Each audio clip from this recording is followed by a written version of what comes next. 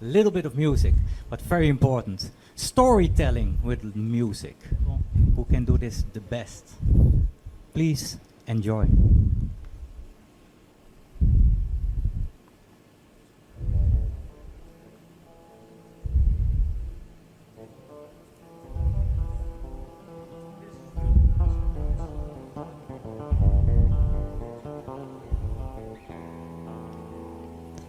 Back in the day when all on earth lived in harmony with all else on earth, in an area we now know as Eastern Nigeria was the land of the Seven Hills. Our visit begins in an ordinary village called Ebem on an ordinary afternoon in the middle of an ordinary dry season. The earth was red and cracked.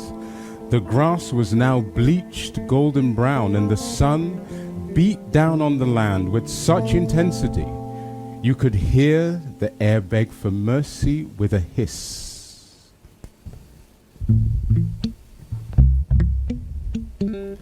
On the shadow side of a typical hut, in the middle of a typical compound, occupied with typical creatures such as chickens and goats, a typical grandmother was busy with a task that no longer required strength, but rather the skill and precision that comes with age. Next to her was her grandson, Uche, 7 harvests of age, and he was temporarily banished to stay with his grandmother. You see, the dry season was a happy-go-easy time in the land of the Seven Hills. The harvest was 2 moons in the past, and the days rolled so very gently from one to the other. The adults, they relaxed more, laughed more, they loved more. They found time to enjoy the simpler things in life. The children, free from their usual chores and obligations, had time in abundance and energy as well. In Uche's case, that extra fizz was simply too much for his parents, sisters and brothers to handle. They solved the problem by parking him with his grandmother, who lived at the other end of the village. Now, Uche was perfectly happy with the arrangement. His grandmother had the calm and patience of a mountain, and as far as he knew, she knew everything. What was more, she loved to share her knowledge about the bits and pieces of the world with anyone who cared to ask. On that particular afternoon, Uche sat itching and twitching and asking one question after another. The current topic was birds. Why are birds birds, he asked. Why are their feet that way? Who made their feathers? Why are their wings so? Why are their beaks pointed? Why do birds have eyes at the side of their head? Grandma, do you think I will ever have bird eyes? To which Grandma said, never in a mirrored moon.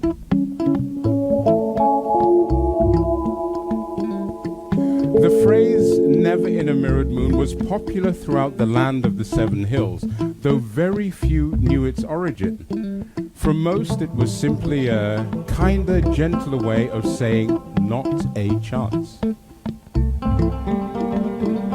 Uche, curious child that he was, picked up on the mirrored moon and asked, Grandma, did you ever see a mirrored moon? Grandma said no. Oh. Did your parents ever see a mirrored moon? Grandma said no again. Did their parents ever see a mirrored moon? Grandma shook her head. Well, did their parents see a mirrored moon?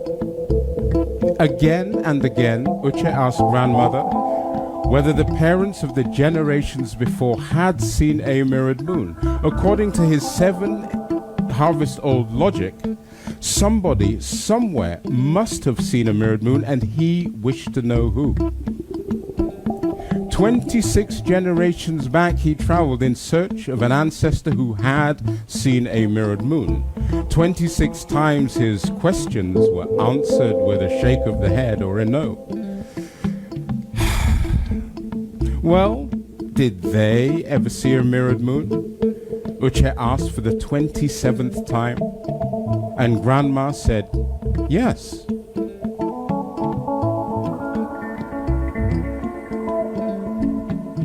Uche was flabbergasted to the power of 7. His mouth dropped open and let out a sound that sounded something like, what? In full excitement, he asked Grandma, did you just say yes? Her confirmation was all he needed. In an instant, Uche jumped up and began running around and around and around the compound, shouting at the top of his voice, mirrored moon, mirrored moon, mirrored moon, mirrored moon. Uche had every intention of running around for a few minutes more, but his noisy and high-speed antics disturbed the peace of the resting chickens and goats, who immediately filed an official complaint with Grandma about her grandson's behavior. That boy is making us dizzy, they bleated and clucked. Grandma told Uche to calm down, sit down, and listen to what happened when his great, etc. ancestors saw a mirrored moon.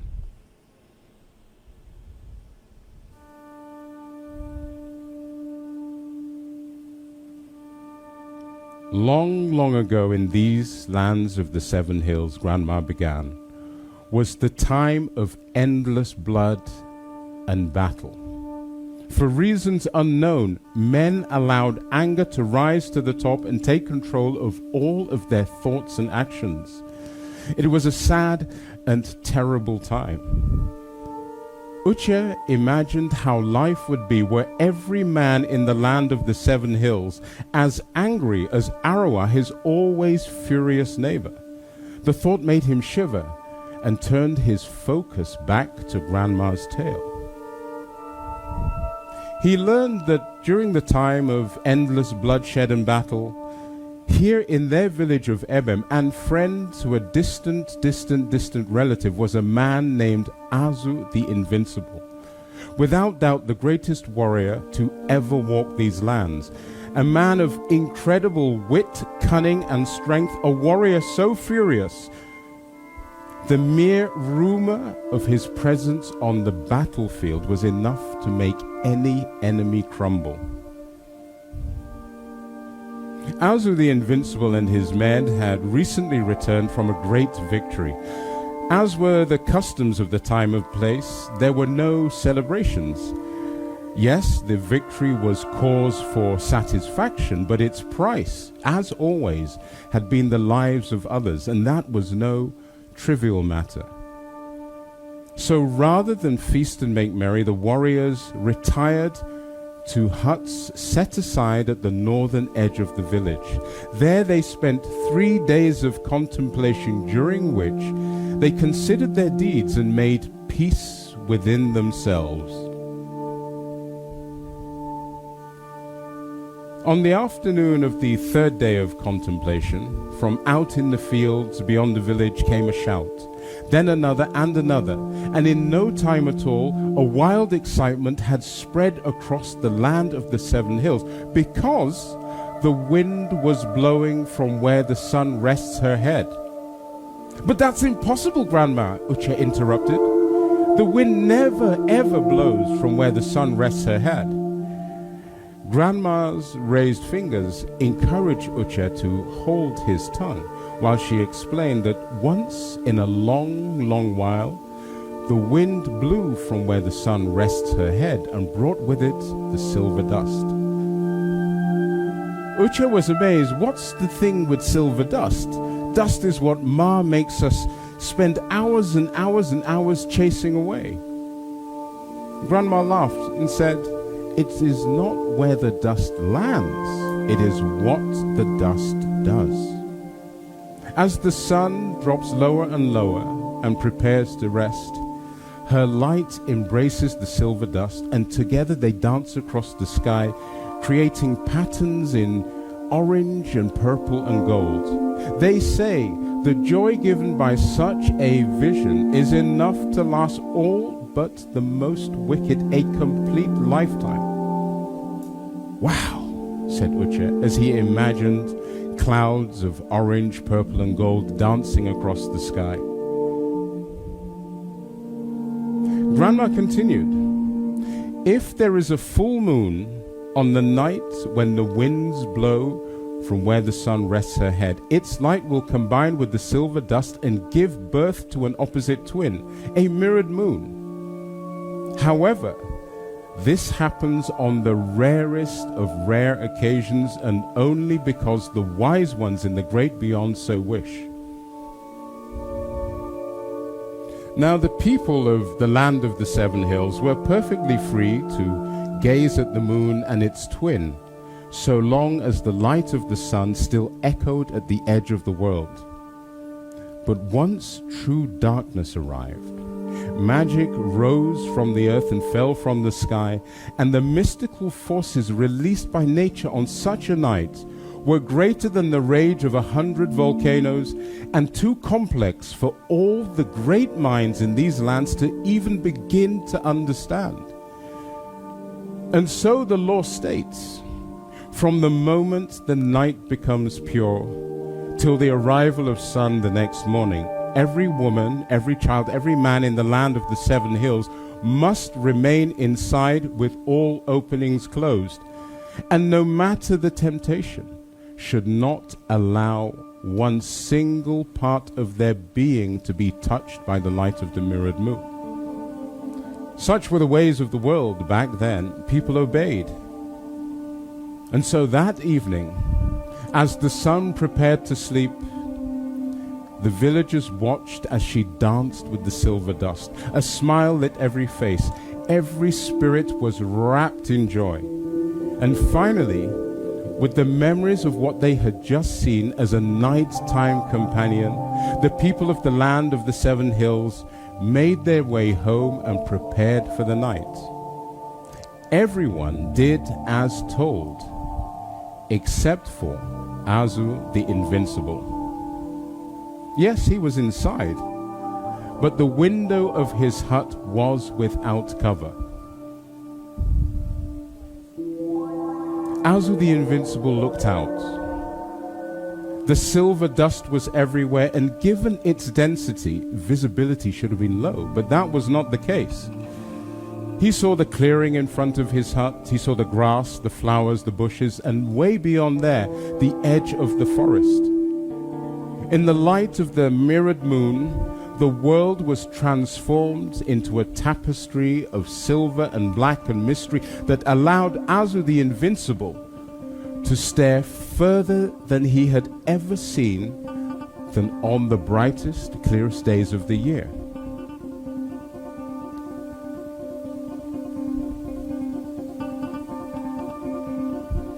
The usual night sounds were not there. There were no birds, no insects, no creatures on the prowl. There was only a deep silence that echoed within Azu the Invincible's chest. As his mind tried to understand what his eyes thought they saw, something in the clearing snatched at his attention. Azu the Invincible, the greatest warrior in the land of the seven hills and well beyond, let out a gasp, and his heart began to beat like a yam festival drummer. It was magnificent. Crossing the clearing 150 paces yonder, blacker than the night, with skin so smooth it caught the light of the twin moons and twinkled like a gently moving stream, was a mighty black antelope. The blood rushed through his veins and turned his mind. The hunter-warrior spirit awoke, and then, as if sensing a change in mood, the antelope stopped, raised its head, and looked deep into Azu the Invincible's mind.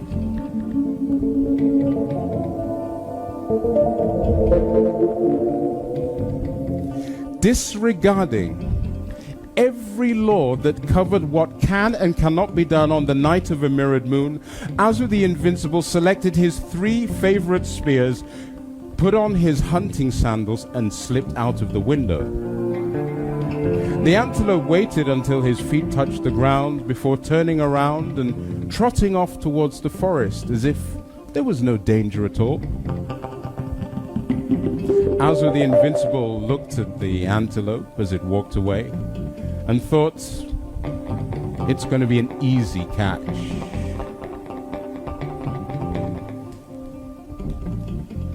He entered the forest and began to track, chase, and hunt the antelope. It turned out to be a very difficult easy catch, because no matter the skill, no matter the stealth he applied, the antelope was always 3, 4, 5 paces ahead, and every single time it was out of range. It was almost as if it could anticipate his every move. Hours later, and further into the forest than he had ever been, Azu the Invincible sat resting on a fallen tree. Even the greatest warriors had limits to their energy. There was, however, no limit to his desire to chase down the antelope and kill it.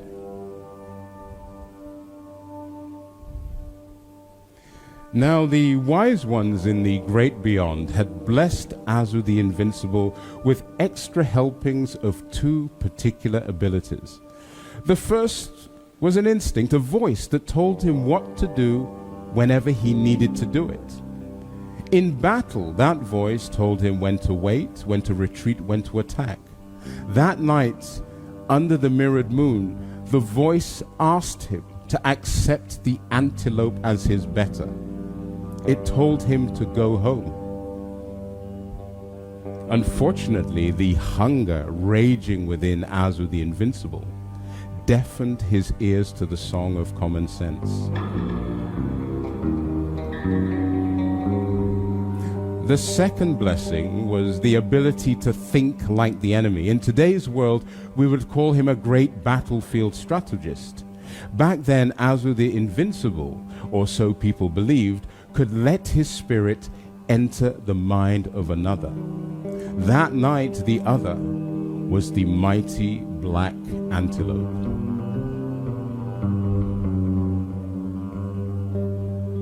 He went over every detail of his pursuit of the antelope. He remembered its movements, its speed, its strength, and also its habit of letting him get just a little bit closer before dashing off again. He searched for a pattern to its behavior, anything to help him predict its next move.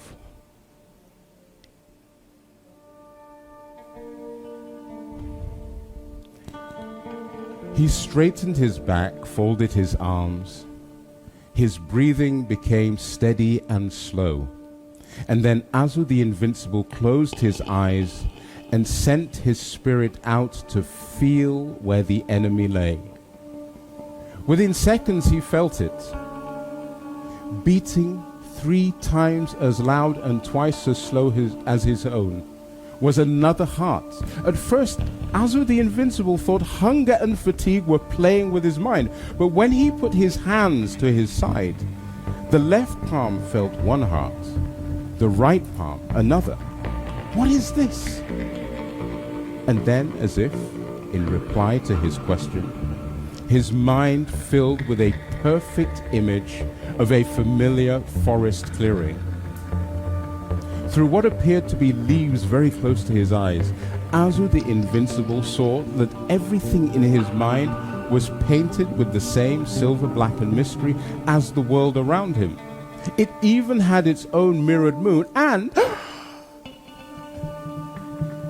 Azu the Invincible's heart almost stopped.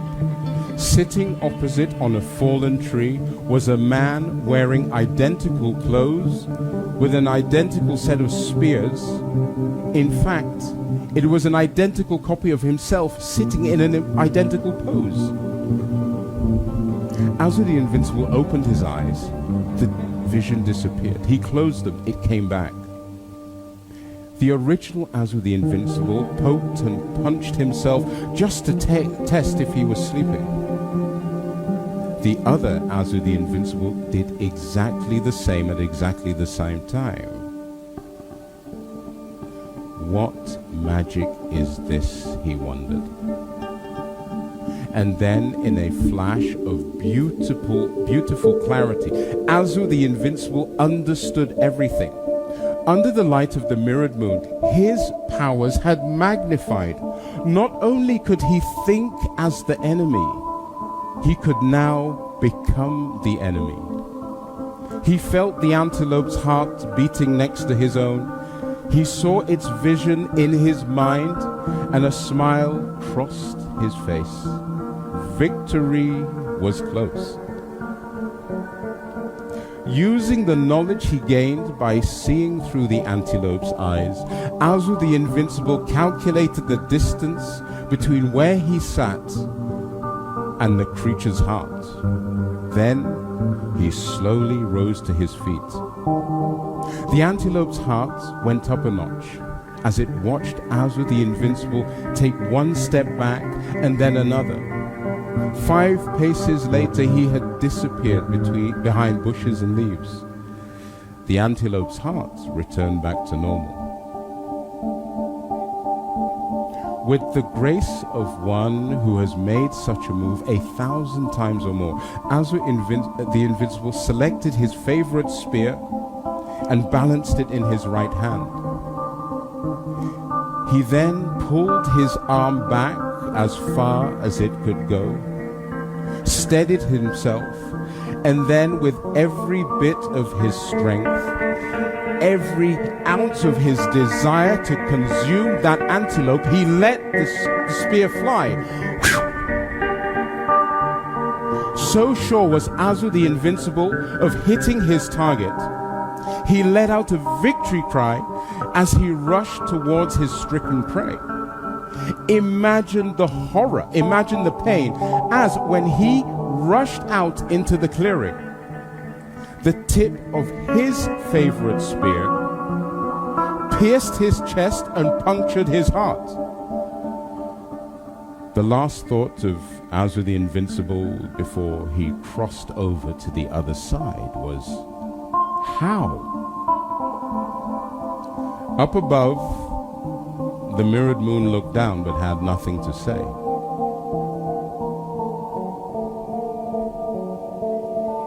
Well, they found his body late the following afternoon. The shock was immense. Azu the Invincible, the greatest warrior in the land of the 7 hills and well beyond, was no more. But even more worrisome was that his death had come at the hands of a foe who was brave enough, cunning enough, and obviously strong enough to capture Azu the Invincible's favorite spear and turn it against him. The news spread like a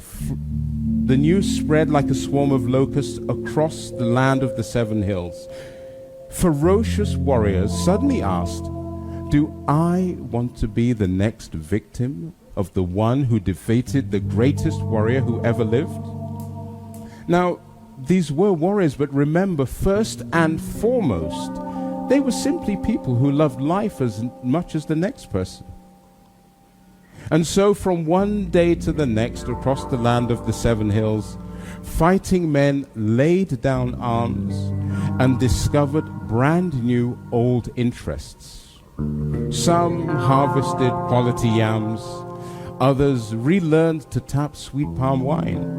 Some made indigo dye, and others simply chose to do nothing more than help a bit more around the home.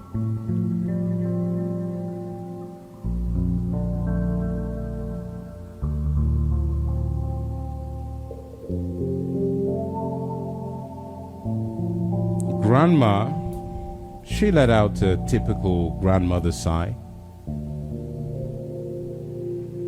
So there you have it, Uche.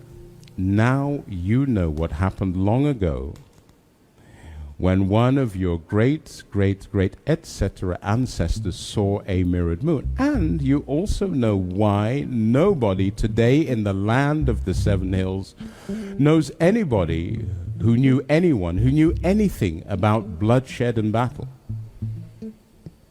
Uche sat in silence. His mind was filled with images of the silver dust, the mirrored moon, Azu the Invincible, the mighty black antelope.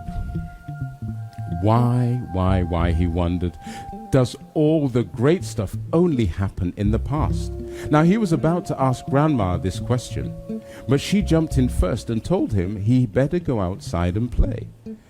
You know what happens if you don't use up all your energy. You will not sleep tonight, and when you do not sleep, neither do I.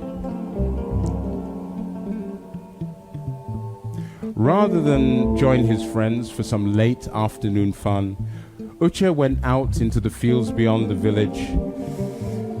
He studied the grass, he watched the insects, he looked at the flowers and the various trees, but most of all, his mind was filled with thoughts such as, why had Azu the Invincible tried to kill the black antelope and not catch a ride or ask where it lived or asked if it had brothers or sisters?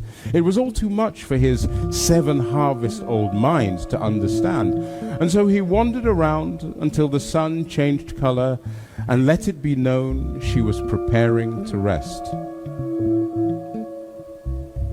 On the way back to Grandma's compound, Uche took one last look at the sun. Eh? What is that? Then he stopped and looked and laughed.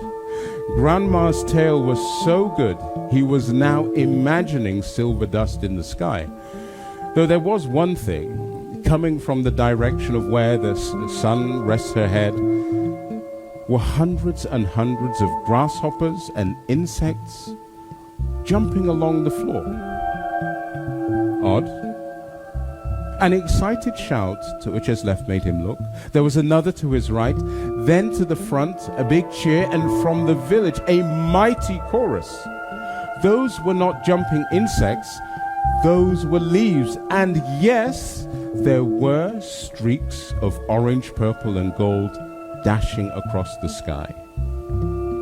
Well, a glorious excitement spread across the land of the Seven Hills, because the wise ones in the great beyond had asked the wind to blow once again from where the sun rests her head. Uche was so excited, he ran one way and then the other. He hopped, he skipped, he backflipped, and while doing so, he noticed at the opposite end of the sky to the sun and still low on the horizon, a perfectly round moon. In that moment, the joy that lit up Uche's face was the brightest, most excited, most delightful eruption of happiness ever to be seen in the land of the Seven Hills and anywhere else.